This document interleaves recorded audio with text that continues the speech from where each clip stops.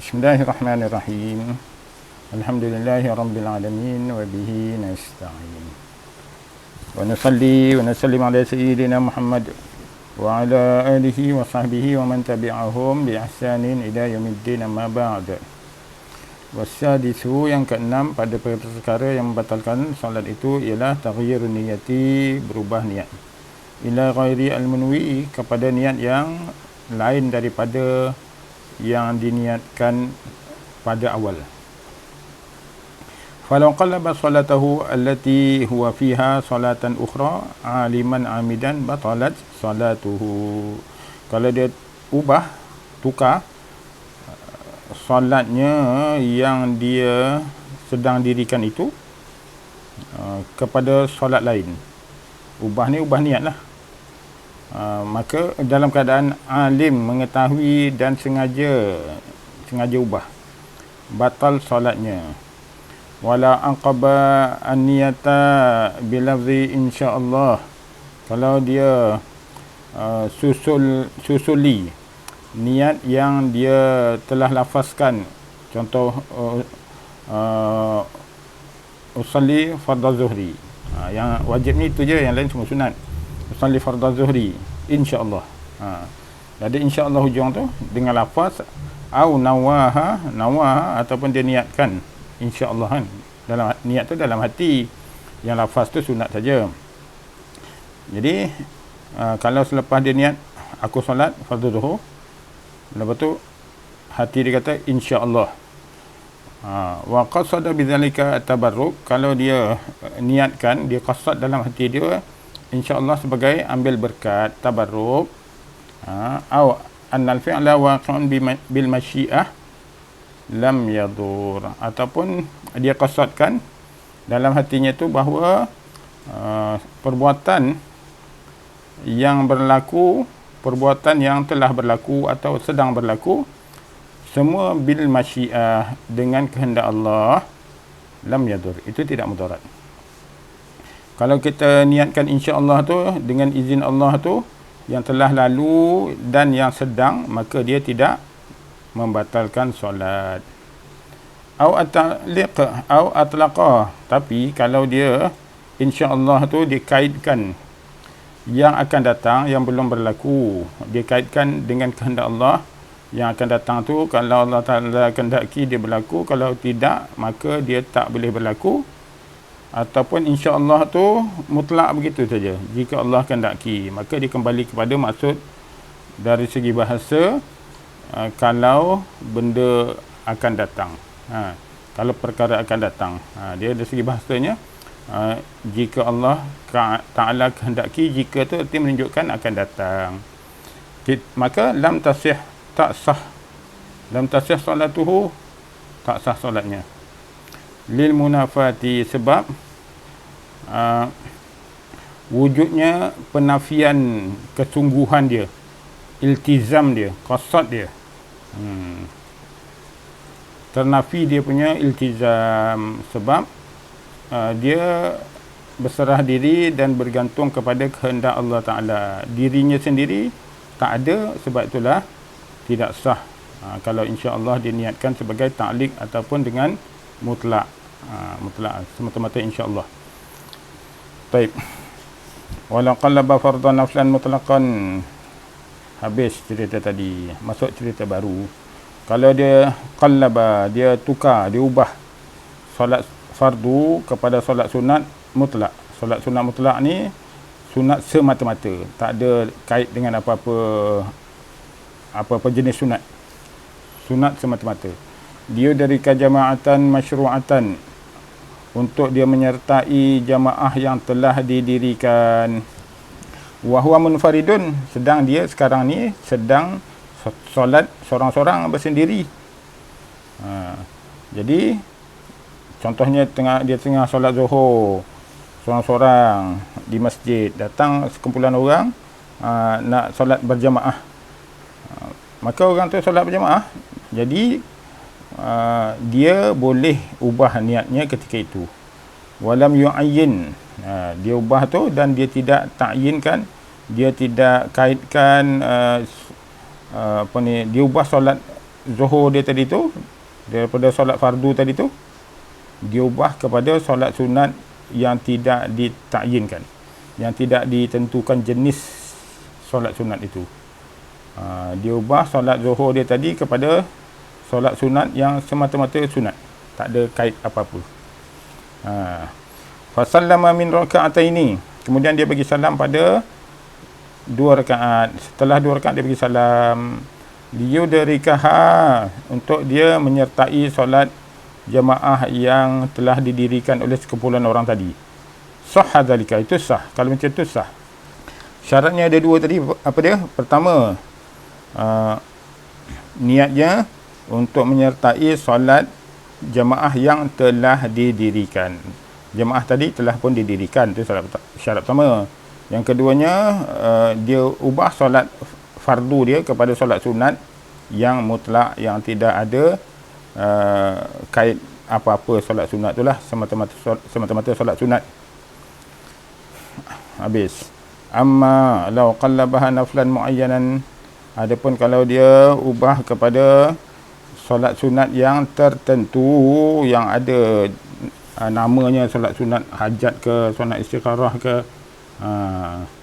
ka raka'atai ad-duha, contoh dia solat sunat duha kan, dah ada kait. Kalau solat sunat mutlak tu semata-mata sunat.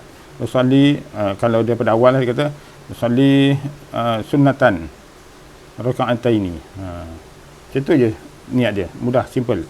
Ataupun usalli sunnatal mutlaq, kalau nak sebut mutlak. Kalau tidak, tak payah mutlak pun, dah jadi dah solat mutlak. Jadi lawan kepada mutlak tu dia kait. Contohnya kait dengan duha. Usalli sunnatan duha. Kan? Itu ada kait lah. Kalau dikait, fala tasih salatuhu. Sebab tidak sah solatnya. Tidak sah solatnya liftiqarihi ila ta'yin. Sebab solat sunat tadi tu iftiqar, perlu kepada menentukan jenisnya. Kan? Sebab tadi dia solat zuhur, contoh dah ta'yin solat zuhur. Lepas tu diubah kepada ta'yin yang lain. Yang itu tak boleh. Tapi kalau dia pada ta'yin solat zuhur tadi tu, dia tukar kepada solat sunat yang terbuka, tak ada jenis apa-apa jenis pun, sunat semata-mata, yang tu boleh. Kalau solat sunat tu perlu kepada ta'yin, kepada menentukan jenisnya, itu tidak sah. Habis. Amma idza lam tushra' al-jama'atu, adapun kalau solat yang dia nak masuk tadi tu belum lagi didirikan, lam tushra', belum lagi dimulakan solat jamaah tu. Kama law kana yusalli zuhra, contoh seperti kalau dia solat zuhur, fa wajada man yusalli al-asra, tiba-tiba di tengah solat tu dia dapati ada orang nak solat asar. Kan? Dia solat apa ni, ujung-ujung waktu lah ni kan. Dah dekat nak masuk asar pun nak sembahyang. Jadi bila orang datang masjid ataupun mana-mana tempat lah, orang nak solat asar, dia tengah solat zuhur, dia ubah solat dia kepada solat sunat. Dia ubah niat kepada solat sunat kan. Sedangkan orang belum lagi solat asar. Orang baru nak solat asar, belum lagi. Fala yajuz al-qata', tidak harus dia putuskan atau potong solat zuhur dia tadi tu, tak boleh dia tukar. Sama ada dia potong dengan dia membatalkan ataupun dia potong dengan tukar kepada solat sunat, semua tak boleh. Dia mesti teruskan sampai habis solatnya itu. Dia tak boleh batal-batal begitu je. Dia tak boleh ubah dan tak boleh batal-batalkan saja. Kama zakarahu fil majmu', seperti mana yang disebut dalam kitab Majmu' Imam Nawawi. Wasabi'u, yang ketujuh perkara yang membatalkan solat itu ialah istidbarul qiblah, membelakangkan kiblat, batal. Wa atahawulu bi ba'di sadrihi anha, ataupun dia pusingkan dadanya, sebahagian dadanya daripada kiblat. Solat ni wajib ada kiblat. Kalau dadanya lah wajib menghadap kiblat. Kalau dadanya berpaling sedikit pun batal. Muka berpaling tak apa, dada tak boleh paling. Dada paling walaupun sedikit batal. Bi ghairi udhrin, tanpa uzur saja batal. Kalau solat khauf ke, atau ditolak dia orang ke, terjatuh ke, ataupun solat atas kenderaan ke, ketika musafir ke, mula-mula ada kiblat, lepas tu kenderaan dia berpusing belok sana sini, maka itu dia uzur lah tu. Fa in kana uzrun, kalau dia uzur, faqad taqaddama fi mawdi'ihi, maka telah pun kita bincangkan sebelumnya pada tajuk menghadap kiblat dalam rukun solat sebelum daripada ini. Wasaminu, yang ke-8, pada perkara yang membatalkan solat itu al-aklu walau qalilan, makan sekalipun sedikit makan, li syiddati munafatihi laha, sebab makan tu sangat-sangatlah bertentangan dengan solat, berlawan dengan solat. Makan sambil solat itu bukan solat kan, sebab memang di luar betul lah dengan perbuatan solat. Di anna zalika yush'aru bil i'rad, kerana makan itu menggambarkan dia bukan solat. I'rad dia bukan solat lah. I'rad berpaling daripada solat. Bil i'rad anha, berpaling daripadanya, daripada solat.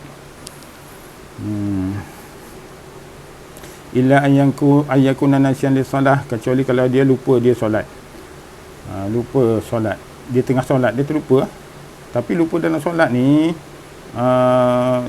tak adalah panjang. Kalau panjang tu tak mungkin lah kan. Lupa dalam solat ni dia terkhayal, kemudian dia makan tu termakan apa benda makanan, sisa makanan celah gigi kan, jadi dia telan, sekali telan, tu boleh diterima lagi. Dia terlupa kan, kalau sengaja batal lah. Tapi kalau terlupa dia telan, dah telan.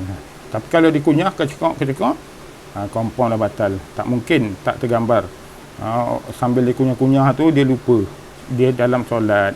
Au jahilan tahrimahu, ataupun dia jahil makan dalam solat tu tak boleh, tak tahu dia.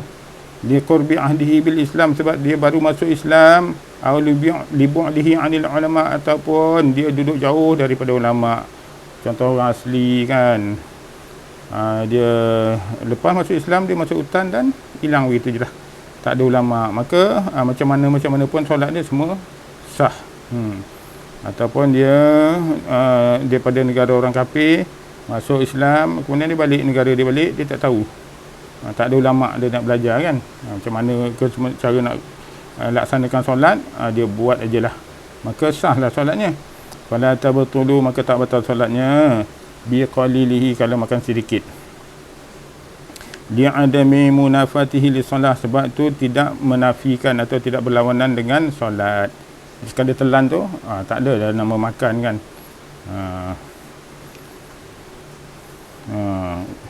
Baik. Amma kasirahu, adapun kalau makan tu banyak, faya batulu ma'an nisyani awil jahli, maka dia membatalkan solat sekalipun dia terlupa ataupun dia jahil. Dia tak tahu makan tu boleh membatalkan solat, tapi dia makan dia kecekak, makan yang kunyah sambil solat. Tak kira dia tahu ke tak tahu ke, dia lupa ke tak lupa ke, batal juga solat dia. Kan dia makan sedap betul lah, makan sambil makan gula solatnya, batal. Bi khilafi shaumi fa innahu la yabtulu bidzalika, berbeza keadaannya kalau dia kalau berpuasa. Sesungguhnya makan kerana lupa walaupun banyak tidak batal, kan, tak batal. Ataupun solat je lah. Kalau puasa makan banyak-banyak, dalam keadaan dia jahil, kan, makan banyak dalam keadaan dia jahil, tak tahu makan banyak tu membatalkan puasa, itu tak boleh terima lah kan. Ini kalau dia lupa je, lupa dalam puasa, makan banyak-banyak pun tak batal. Wa farraqu bi anna li salati hayatun mudzakkirah, dan para ulama membezakan antara puasa dengan solat itu, bahawa solat itu hayahnya keadaan solat itu hayah dia mudzakkirah, dia memang mengingatkan orang tu dalam solat. Orang solat tu memang dalam solat, contoh berdiri kan, buat apa dia berdiri, memanglah dia tahu dia dalam solat, rukuk sujud sama lah. Jadi keadaan itu hai'ah dia tu, keadaan dia tu memang mengingatkan dia dalam solat. Jadi tak mungkin boleh lupa. Kalau terlupa sikit-sikit tu bolehlah lupa, tapi tak sepenuhnya lupa. Kalau dia tertelan benda celah gigi tu boleh diterima, tapi kalau dia dah makan gula-gula, aku tengah solat, mesti dia tahu tengah solat, takkan dia tak sedar dia sedang makan gula-gula contohnya. Jadi itu tak boleh terima. Tapi kalau puasa lain, kan, bi khilafihi, berbeza dengan puasa. Wa hadza la yasih. Berbeza puasa dia keadaan dia biasa, hai'ah dia macam orang biasa je, cumanya dia tak boleh makan minum saja. Jadi tidak tidak mustahil lah kalau dia terlupa dia sedang berpuasa, sebab keadaan hai'ah, keadaan aktiviti dia sama macam orang, macam hari biasa kan. Macam orang tak puasa biasa je. Cuma bila dia sedang berpuasa, dia terlupa, kan. Sebab tu kalau dia terlupa masa puasa, tak batal puasa dia. Habis.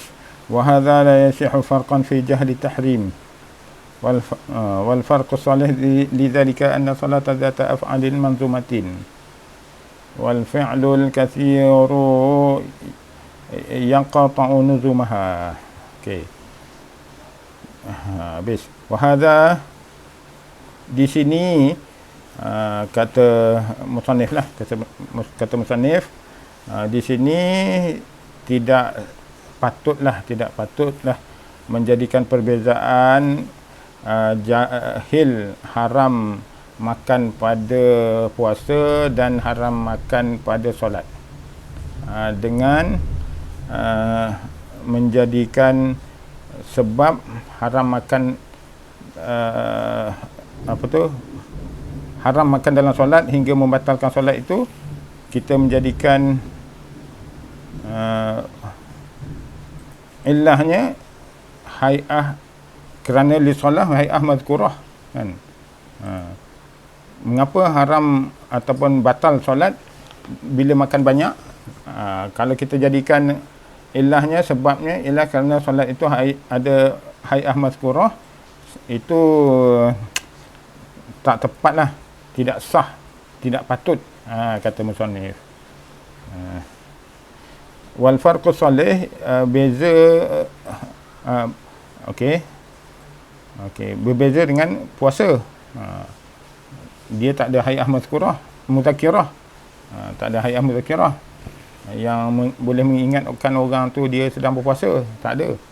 Okey, jadi kata musannif wal farqu salih, beza yang sepatutnya, beza antara puasa dan solat pada makan banyak tu tadi tu, solat batal, puasa tak batal. Bezanya yang betul ialah annas salah zata af'alin manzumatin, itu yang sepatutnya, bahawa solat tu batal dengan makan banyak kerana dia mempunyai perbuatan yang manzumah,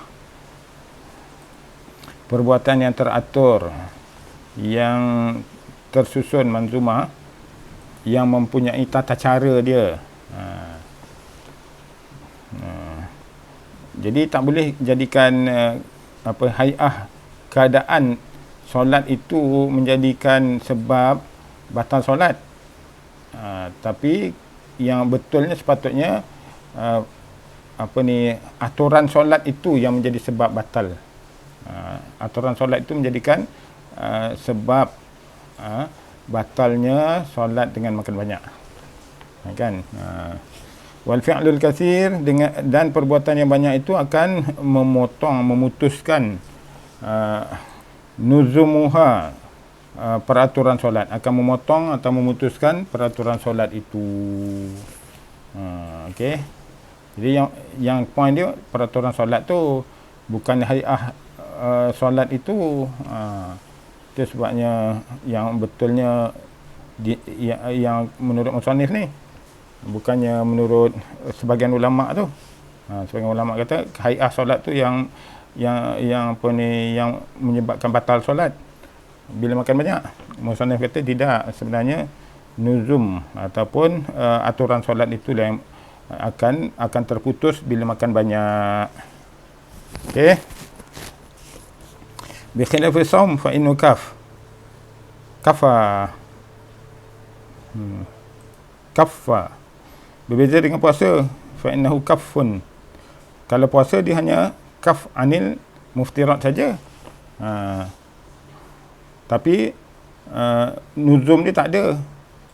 Dia punya aturan puasa tu tak ada, dia hanya satu je, jangan makan je. Itu kalau puasa. Sebab tu kalau dia lupa dia tak boleh makan, maka dia pun makan sebab dia lupa, maka tak batal. Begitu. Wal mukrahuna ka ghairihi linadratil ikrah. Manakala orang yang dipaksa atau terpaksa makan dalam solat ini sama hukumnya seperti perkara yang membatalkan solat yang lain. Nadrah. Sebab nadirnya jarang berlaku orang paksa orang tengah solat makan. Mungkin ada tapi terlalu amat jarang, maka guna kaedah an-nadir kal adam. Perkara jarang berlaku tu ibarat macam tak ada je. Falau kana bi famihi sukarah. Kalau seandainya pada mulutnya itu tadi, pada bibirnya tu ada sukarah, ada gula. Seketul gula pada bibir melekat. Fabala'a, dia telan gula tu. Ada gula melekat ke bibir, dia bala'a, dia telan.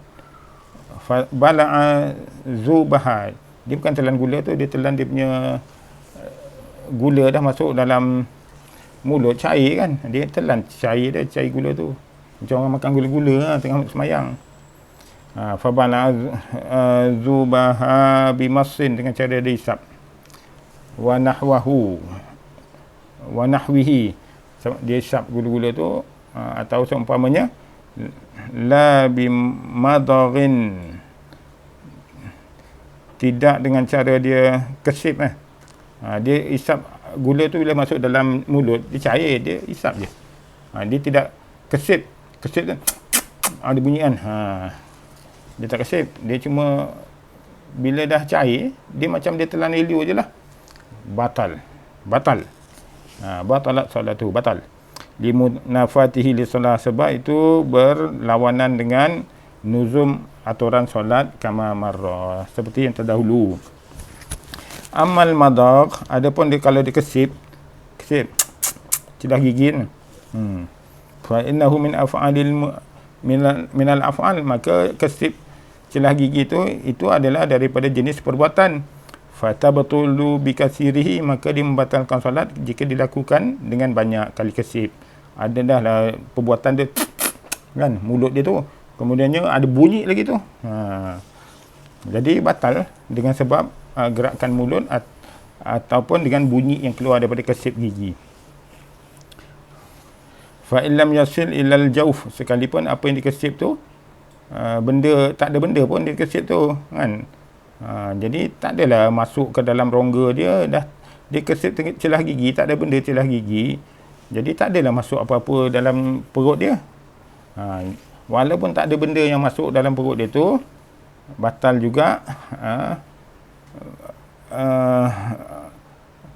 Wa illam yasil ilal jawf syai'un minal mamdugh, tak ada benda yang dikesip tu masuk ke dalam perut dia, batal kerana perbuatan dia banyak dan bunyi yang keluar tu banyak.